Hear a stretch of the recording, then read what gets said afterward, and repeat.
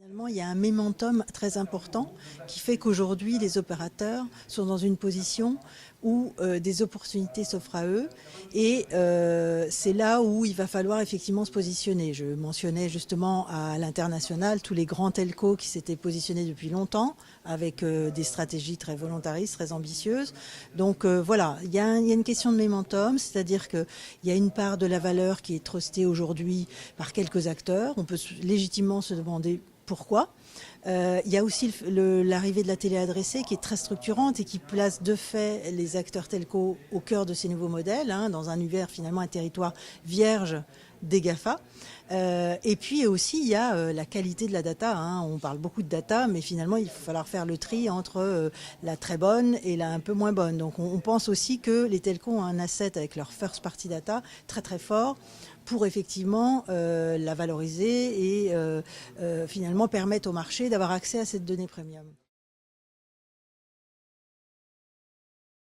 Sur le terrain de la télé adressée, ce que je disais, c'est que les opérateurs sont de facto des acteurs puisque tous opèrent au sein des box. Donc pour le coup, on est vraiment là dans la consommation de l'IPTV qui est très forte en France et qui est donc opérée par les opérateurs.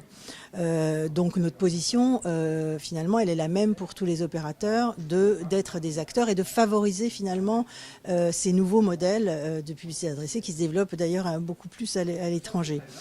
Après, sur l'activation de la data sur le digital, il y a des vrais prérequis pour nous, pour une entreprise comme Orange, bien évidemment.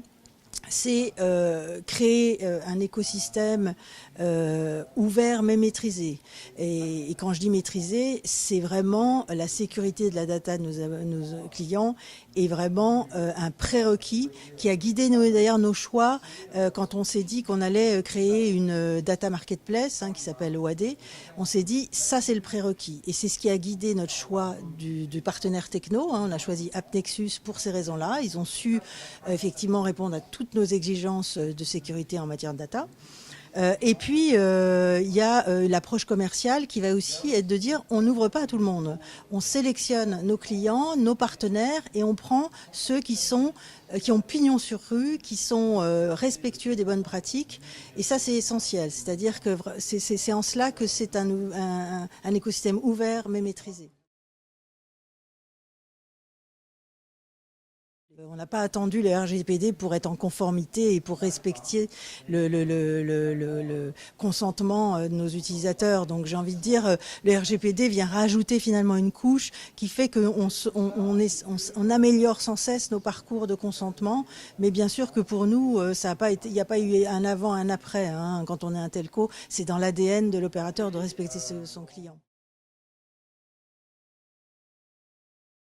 Plutôt permaculture et l'exemple de la télé adressée en est un puisque finalement à plusieurs, d'un côté les chaînes, d'un côté les opérateurs, on est en train de construire la télé du futur et la télé adressée qui va vraiment révolutionner la façon d'adresser les consommateurs.